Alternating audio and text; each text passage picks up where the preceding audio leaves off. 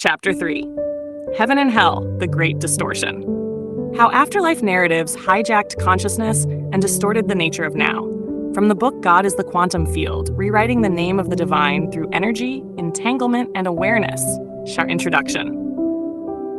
For centuries, the fear of eternal punishment or the lure of eternal reward has shaped how human beings live, think, love, obey, and even die. These narratives, born in ancient systems of belief and refined through the millennia, have hijacked consciousness itself, detaching humanity from the present moment and transplanting meaning into an imagined afterlife. This chapter unmasks these illusions, not to remove mystery from death, but to restore presence to life.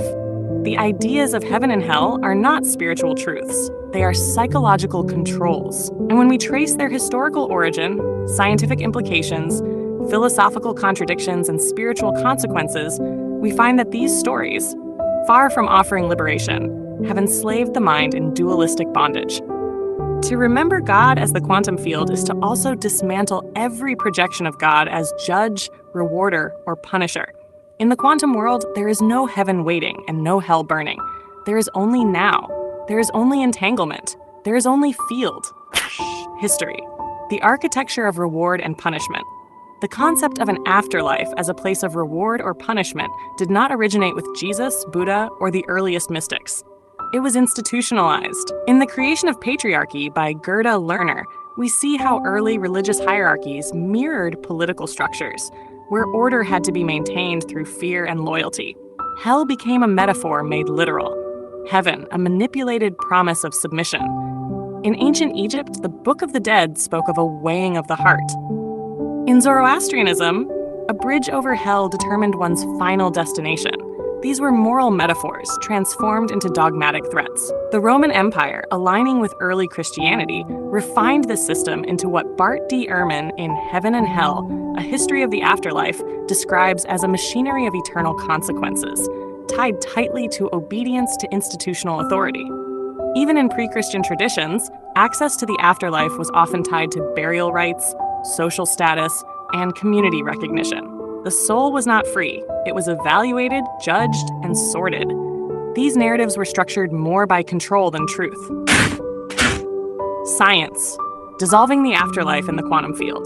The quantum field does not contain a location called heaven or a pit labeled hell. Rather, it presents a reality in which everything is entangled, and consciousness does not collapse into linear destinations. In the Quantum Revelation, Paul Levy challenges the idea of linear time, suggesting that past, present, and future are simultaneous. In such a reality, how can eternal punishment exist after death if time itself is not sequential? Neuroscientific studies, such as those explored in The Biology of Belief by Bruce H. Lipton, reveal that belief itself alters cellular expression.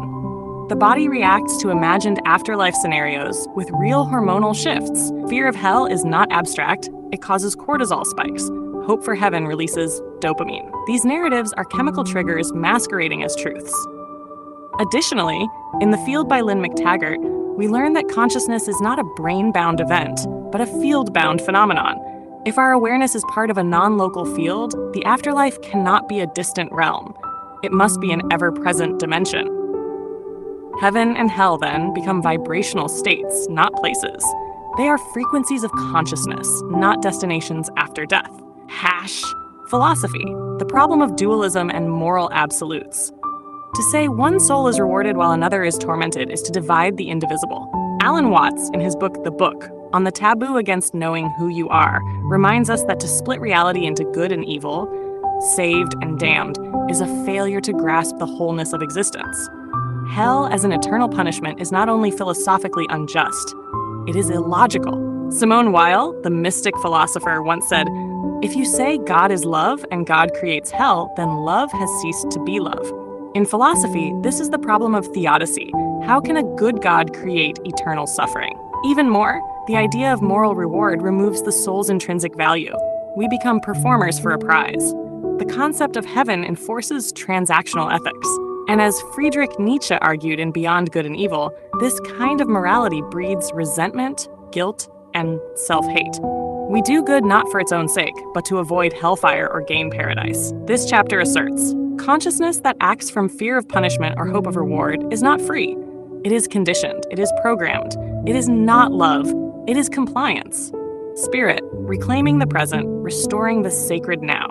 In truth, heaven and hell are not locations after life. They are frequencies within life. When we say God is the quantum field, we are declaring that all that is already here. In this awareness, heaven is love expressed now. Hell is suffering chosen now. Both are states of being. The mystics knew this long ago. Rumi wrote, "I looked for God in the temple, in the church, in the mosque, but I found him in my heart." That heart space, fully present, is the heaven we were taught to postpone. Even Jesus, stripped from doctrine, said, "The kingdom of heaven is within you." That is not metaphor, that is memory. To awaken is to see that you were never fallen, never damned, never separated. The great lie was that God was elsewhere, and the great distortion was that your fate was outside your now. But in the quantum field, nothing is outside. You are already it. We must reclaim the now. We must reclaim love free from transaction. We must reclaim death from punishment and life from fear. Conclusion. The narratives of heaven and hell did not come from the divine. They came from the desire to control. They manipulated wonder into fear and awe into obedience. But the field cannot be threatened, and love cannot be coerced. As we rewrite the name of the divine through energy, entanglement, and awareness, we also rewrite the story of what comes after. Not with certainty, but with freedom. Not with fear, but with presence. There is no gate to enter, no fire to flee. There is only now, and how fully you love in it. Awakening questions. 1. When you were taught about heaven and hell, what emotion did it plant in you? Freedom or fear? 2. How might your choices change if you believed there was nothing to gain or lose after death? 3. What does it mean to experience heaven as a state of consciousness, not a location? 4. Can you let go of reward and punishment and still choose love? What would that feel like? Tash final 4 lines. Heaven is not waiting. Hell is not lurking. You are the fire and the sky. You are the field right now.